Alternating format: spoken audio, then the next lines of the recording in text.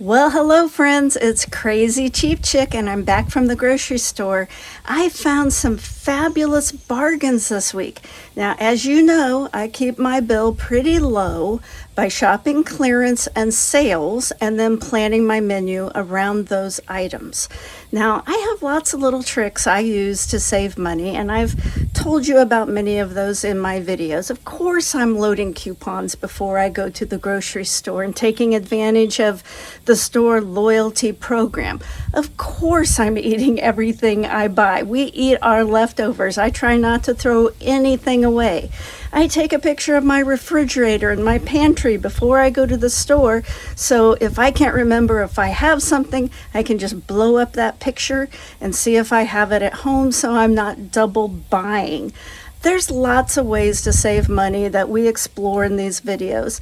So right now I'm going to turn this camera around, show you what I found at the store today, talk about our menu for this week, and then I want to talk a little bit about emergency preparedness. You know, I'm a bit of a prepper. Okay, I'm a big prepper. Because things are always happening. Just look at the latest hurricane that hit down south. Well, there's certain things you should do to be prepared for an emergency. So I'm going to talk a little bit about that. Well, kids, I spent $82.45 at the grocery store pre-tax, and according to my receipt, they say I saved 48%. I think it was way more than that, but I'm not going to take the time to add it up. And I also earned 408 fuel points because on Fridays they have the 4-time fuel points, and it really adds up. I mean, that's like 40 cents off per gallon. That's quite a bit. Now let me show you what I got. Here on the beginning is the stuff I paid full price for. I was out of carrots, so I got a bag of carrots for $1.34. These mini sweet peppers were on sale for $2.49. These Vidalia onions were not on sale. They were $3.99. I could have bought cheaper onions. I just like the sweet onions. I finally went through all of my cherry tomatoes from the produce auction. It took a month, but I got through all of them, and now I'm back to buying tomatoes again. I picked a few out of the garden yesterday, but they're not good. Those late season tomatoes, they just don't get enough sun, and they're just not very sweet or good. So anyway, I had to buy a package of grape tomatoes. Went ahead and got one of these extreme wellness tortillas. You know how much I like these because they're only 60 calories for 2 and they have all that fiber in them. $3.79 though. And they had these chips on sale, the On the Border Cantina Thins for $3. Then I stocked up on butter because butter was on sale this week for $3.49 a package, and you could buy up to 5 packages. That's about as low as it gets anymore, right? Sometimes in the recent past, it would get down to $2.99, but I haven't seen that in a long time. This is about as cheap as I've seen for a while. Then I got these almonds, and I kind of made a mistake because the Kroger brand was on sale for $1.99, and so I thought I was picking up 2 Kroger brand, but I actually accidentally picked up a Blue Diamond, and it was $2.49, so it cost myself 50 cents there. I think we'll survive. Then pasta was on sale this week. I'm pretty stocked up on pasta, but I went ahead and got this thin spaghetti. I had a coupon. One rang up for 49 cents. They were on sale for, I think, 99 cents. And this one rang up for free. Then I wasn't going to get this chunky soup. It was on sale for $1.49, and you could get up to 5. And 4 of them rang up for $1.49. One rang up for 74 cents, so I must have had a coupon. But with the horrible hurricane down in Florida and Georgia and all that flooding and wind damage, it brought out the prepper in me, and so I thought I better buy some of that ready-made soup just in case we're out of power this winter. I at least have some soup I could heat up on a camp stove. Then I went ahead and got 2 more containers of coffee for $6.99. That's the thing that John Wayne says he just couldn't stand to be without, would be coffee. And I got 2 packages of reduced hamburger for $4.18 each. And man, $4.18, that's on clearance. That seems ridiculous to me, but that's what it is. I got these deep dish bowls, and they were $4.16. But I'm going to try to lure my kids over here this fall to help us cut up some firewood, and I thought I would make a big pot of chili and some cinnamon rolls if they will come help us. Little thing of Velveeta, $2.83. That seems ridiculous to me, but this is normally like $6.99 for this size, or $6.49. It's really high and ridiculous. Got this cilantro lime Mexican style sour cream for $1.84. And this may have been my best deal. They had all of this American Beauty pasta, and I don't know what you call that, ditalini? I don't know how you say that. Anyway, it was 40 cents a package, and the best buy date is over a year into the future, so I ought to be able to get through that. That'll make great salads or mac and cheese or hamburger helper style dishes. That's a lot of pasta for 40 cents a package. And then I got this soda. Remember, I complained to Coke because I had about 6 cans leak, and they sent me 2 coupons for 2 12-packs for 24 cans. Well, they had a deal this week. If you bought 2 packages, you got 2 packages free. So those 2 free coupons got me actually 4. It doubled it. So taking the 10 minutes to call Coke and let them know about the problem I had with their cans really paid off for me. And then I got this little package of flowers for $1.86. So that's how I spent my money today. Now, what are we going to eat over the next few days? I've still got a lot of roast left, and so I may make a chili this weekend. That's why I got the onions, and I've already got the roast beef and the beans and tomatoes to go in it. We could have tacos, but I don't think we will. I think probably what I'm going to use this hamburger for is we're probably going to have a meatloaf one night. I haven't made meatloaf in a long time. I've got all those potatoes I got at the produce auction, so meatloaf and mashed potatoes and maybe some cream peas sounds pretty good. And I'm also going to use 1 package to make nachos, and that's why I got this little package of Velveeta and the onions and the peppers so that we can have nachos. And this is always good for, you can pour this over noodles or rice. It's kind of a meal stretcher. And with all that pasta, you could definitely make a pretty good meal out of that, or we could have spaghetti, but I don't feel like spaghetti. So I think we're going to go with probably meatloaf and mashed potatoes and nachos. And when I make meatloaf and mashed potatoes, it'll get us by for 2 meals because it's so much food. Now, on the way back from the grocery store, I stopped at one garage sale. And it was my neighbor's garage sale, and I went ahead and bought this hot curler set. They sold it to me for $2. And they were going to sell me this book for $0.25, but I didn't have $0.25, so they just threw it in for free. So this book and these hot curlers were $2. What I'm trying to do is on my travel trailer have everything out there that I need, so I never have to really pack it. It's just get in it and go. And so I had been wanting an extra set of hot curlers for that very reason. Well, friends, for quite a while, I have wanted to talk about disaster preparedness. Now, I've put it off because it's not fun to talk about. No one wants to think about the disaster lurking around the corner. But here in Kansas, it's probably just a matter of time before wind gets me, like it did this summer when it pushed over those 8 trees, high water, flooding, a tornado, or a wildfire. Those are our main risks here in Kansas. Where you live, the risks may be a little bit different, but what you need to be prepared is usually the same. Now, I wrote down a few things, but they're not necessarily in the order of most importance. The number one thing that I decided I would need is water. And so, yeah, I keep some bottled water here. I hate drinking out of plastics because of the microplastics that come along with it. But I do keep some bottled water.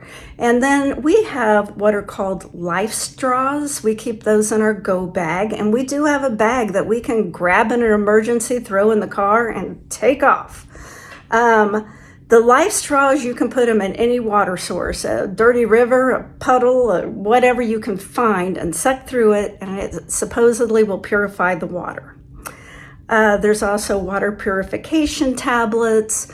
Even sunlight will kill a lot of bacteria in water if you put it in a clear container and let it sit for several hours in direct sunlight. And you can speed that up by using lime juice and salt. Number 2 is gas. And John Wayne is always telling me to keep my tank full. Never let your tank get below half. And of course I struggle with that because I want to use every single Dillon's point and get every dollar I can out of my fuel points that I get at the grocery store. But we do have gas tanks for the lawnmowers, and we try to keep those full. So I try to keep my car full and the gas tanks full, because in a true emergency like what they're experiencing now around Asheville, it's hard to find gas. The pumps won't work without electricity. Number 3 is cash. You need to have some cash because, like I said, in a true emergency, your places aren't going to take your card. And so you just need to have a little bit of cash. 4, you need to have a light source, whether that's a flashlight or a solar lantern. Basically, a disaster is forced camping. That's all it is. If you like to camp, great. You probably already have everything. If you hate to camp, you probably have none of the stuff. But solar lanterns work really, really well. 5, you need to have food for 8 days. And yes, I said 8, not 7, 8 days. Why do I say 8 days? Because I live near a nuclear power plant.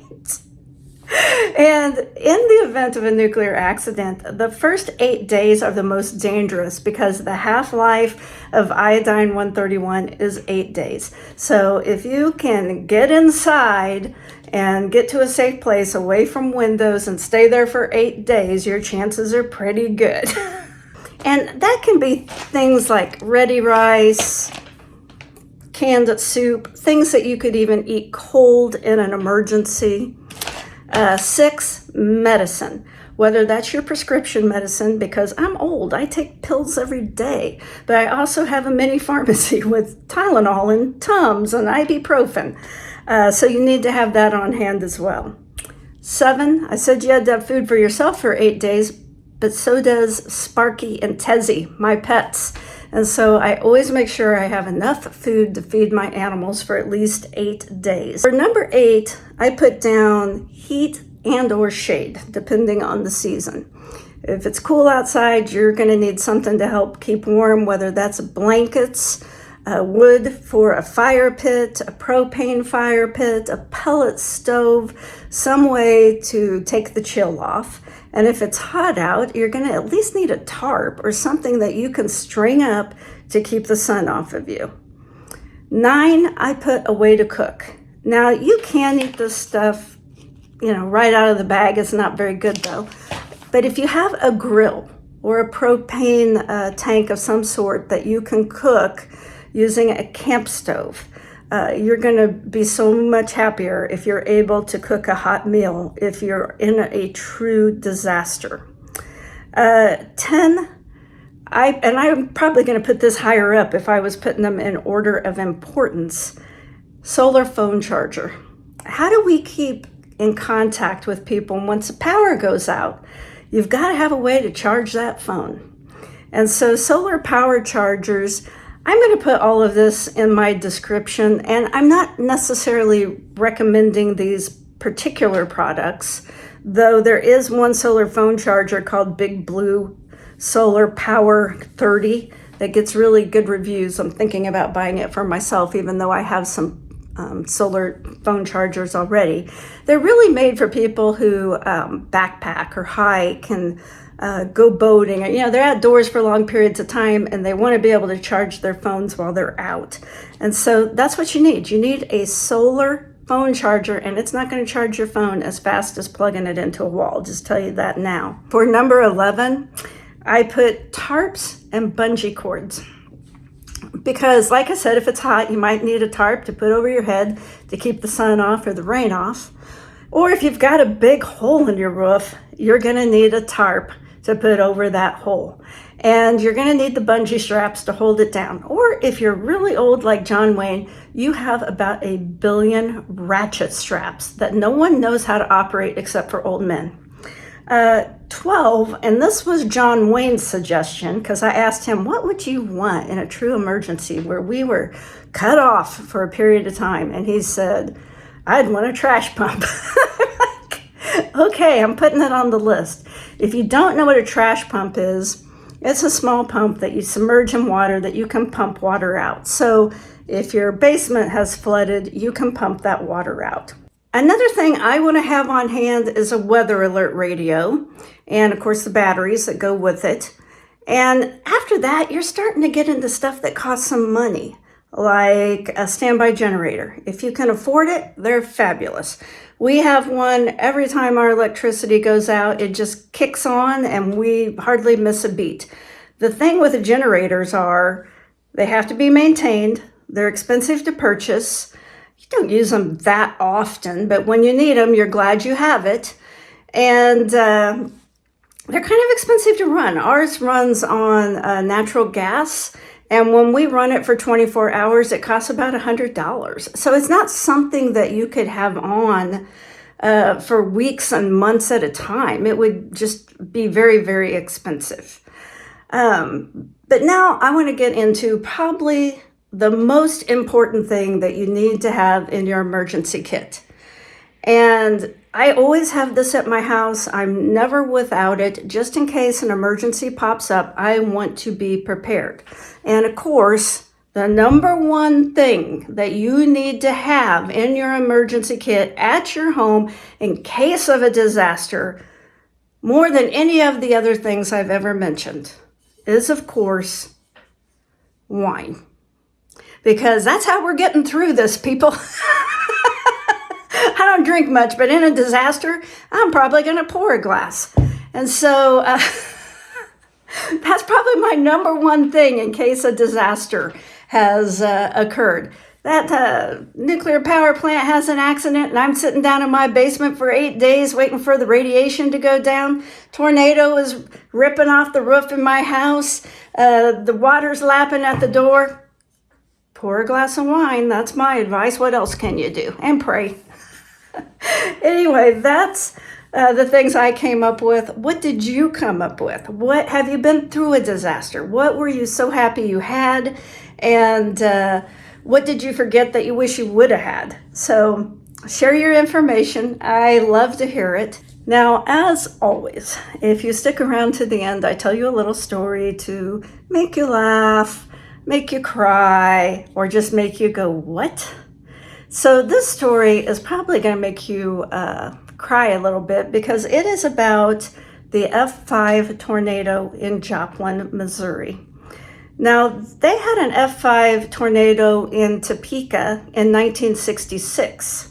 But in 1966, during that tornado, I was about 2.5 years old living on a farm with my parents in northwest Missouri. So I don't have any memories of that tornado. But the Joplin tornado, Joplin from Topeka, because I live near Topeka. I live out in the country. I don't have a Topeka address. But Joplin is probably 3 hours from here. So after that tornado, several weekends in a row, John Wayne and I went down to Joplin and did disaster relief. A lot of people did. It was a huge, horrible tornado. And so while we were down there, you got to talk to a lot of people who went through that tornado. This story was told to me by a person who went through the tornado. They were in their house and they were in their kitchen. The roof blew off, and so they're looking into the sky because their roof is gone. And they're just grabbing anything they could because they felt like they were going to be sucked out of the house. And their next door neighbor comes flying through the roof and lands in their kitchen. So through that open hole in the roof that they're like trying to hold on to stuff to keep from being sucked out, their neighbor is thrown into their house from the house next door and lands there. And then they said, a chicken landed in there, and the tornado passed by, and the three of them were in the kitchen just dazed, looking at each other and the chicken goes, "Bark!" and laid an egg. And they're like, "You can't make that up." You cannot make up that my neighbor flew out of their house into my kitchen with a chicken and laid an egg. And they said the weird thing was they have no idea where the chicken came from. I mean, the whole thing's weird, but they had no idea where that chicken came from. So that's story one that was told to me, and it actually happened to the people that told me. The second story was a guy told me that he had been working as a security guard at a medical complex. It wasn't a hospital, it was just several medical buildings grouped together with a lot of parking lots. And he said, I knew the tornado was coming, and I took shelter. The tornado went through and he was okay. And he said, but within minutes, within like 10 or 15 minutes, he said people were out there with flashlights going through those buildings looking for drugs. And he said, I never could have imagined that would happen. He said, there was nothing I could do. There was more people than me, and I think he was hurt. He said people were going through with flashlights through the medical buildings, trying to find whatever they could. And so that's another reason you may not want to leave your home after a disaster. You may be you might think, oh, if there's a disaster, I'll just go to a hotel. No, you're probably going to want to stay at your house, even though it's not livable, to keep people from stealing you blind, because that's what happened in Joplin. There was just a ton of looting. And I, to this day, remember all the signs. There were like homemade signs people put on the side of their house, or they had a piece of plywood. Looters will be shot in big red letters. And when you drove through Joplin after that tornado, I didn't go down until a couple of weeks after the tornado had occurred, because they didn't want people in there yet helping, because they had to get the roads cleared first off. It looked like a bomb had gone off. I mean, it looked like a nuclear bomb had gone off. It was incredible, just incredible to see that destruction. And one other story that I heard, and this was directly from someone who went through it. It was some people, we were helping them with cleanup at their house, and the guy said the tornado was coming. His wife had gone to Walmart, and he said he was desperately trying to reach her because he's tracking the tornado on the TV, and it looks like it's coming straight towards their house and towards Walmart, which was not very far away. And he said as it got closer, he said he decided to grab his dog and go under the house because he didn't have a basement. And it picked that house up, twisted it, and set it back down. That house was on its foundation, only crooked. And his wife was at Walmart, and it destroyed that Walmart incredibly. And the car was gone. And so she had to walk home. And there were no road signs, no landmarks. Every building you're used to seeing to get home, every road sign is gone. And so it took her several hours to finally reach their house. And for several hours, neither one knew if the other one was alive. And I remember standing with him in his backyard, and we were standing on this patio, and we're watching the sunset, and he just seems kind of sad and contemplative. And finally he says, I never could see the sunset from my house before, but all the houses and trees and everything was gone. And so suddenly he had a clear view of the sunset. So when disasters hit, you can't be prepared for every little thing. If you're house is wiped out by a tornado, it may not matter if you have a solar charger because it may be gone. And another thing that I do that I've told you before, but since we're talking about disaster preparedness, I save every one of these, whether it's laundry detergent or fabric softener, whatever comes in these gigantic containers. I save them and I fill them with water. Now, I'm not going to drink that water, but it's great for washing your hands, washing dishes, things like that. It gives you a source of clean water that you can use to clean things, but probably I wouldn't want to drink out of it. Anyway, those are my thoughts on disaster preparedness. What are yours? What things have I forgotten to include? Have you been through a disaster, and what did you find most helpful? So let me know in the comments. We're all here to help each other. I hope you have a great week. I hope you have no disasters in your life, and I hope you find some bargains. And I will talk to you soon.